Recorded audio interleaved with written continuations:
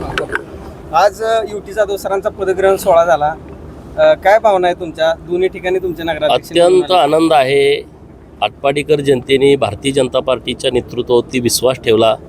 माननीय नरेंद्र मोदी साहेब, माननीय देवाभाऊंच्या कामावरती विश्वास ठेवला, भारतीय जनता पार्टीच्या विचारधारेवरती विश्वास ठेवला आणि त्यांनी आम्हाला नगराध्यक्ष आणि 7 नगरसेवक निवडून दिलेले आहेत. त्याबद्दल मायबाप आटपाडीकरांचं मनापासून आभार आहे. आज हा पदग्रहण सोहळा होता, 17 नगरसेवक आणि नगराध्यक्ष. तर अत्यंत दिमाखात, आनंदाच्या भरात, उत्साहात हा सोहळा पार पडलेला आहे.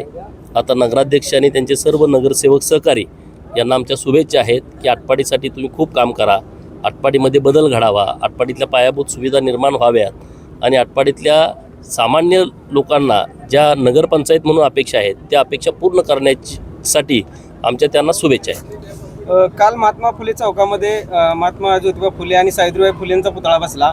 अहिल्यादेवी होळकरांचा पुतळा देखील आटपाडी एज्युकेशन संस्थेच्या शाळेच्या शेजारी आहे.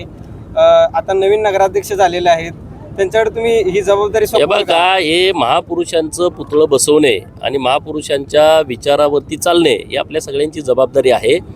आता डॉक्टर बाबासाहेबांचा पुतळा शहरामध्ये व्हावा यासाठी आंदोलन झालं होतं. छत्रपती शिवाजी महाराजांचा पुतळा हा आपल्या ग्रामपंचायतीच्या समोर बसलेला आहे, नगरपंचायतीच्या समोर. आता महात्मा ज्योतिबा फुले आणि सावित्रीबाईंचाही पुतळा बसलेला आहे.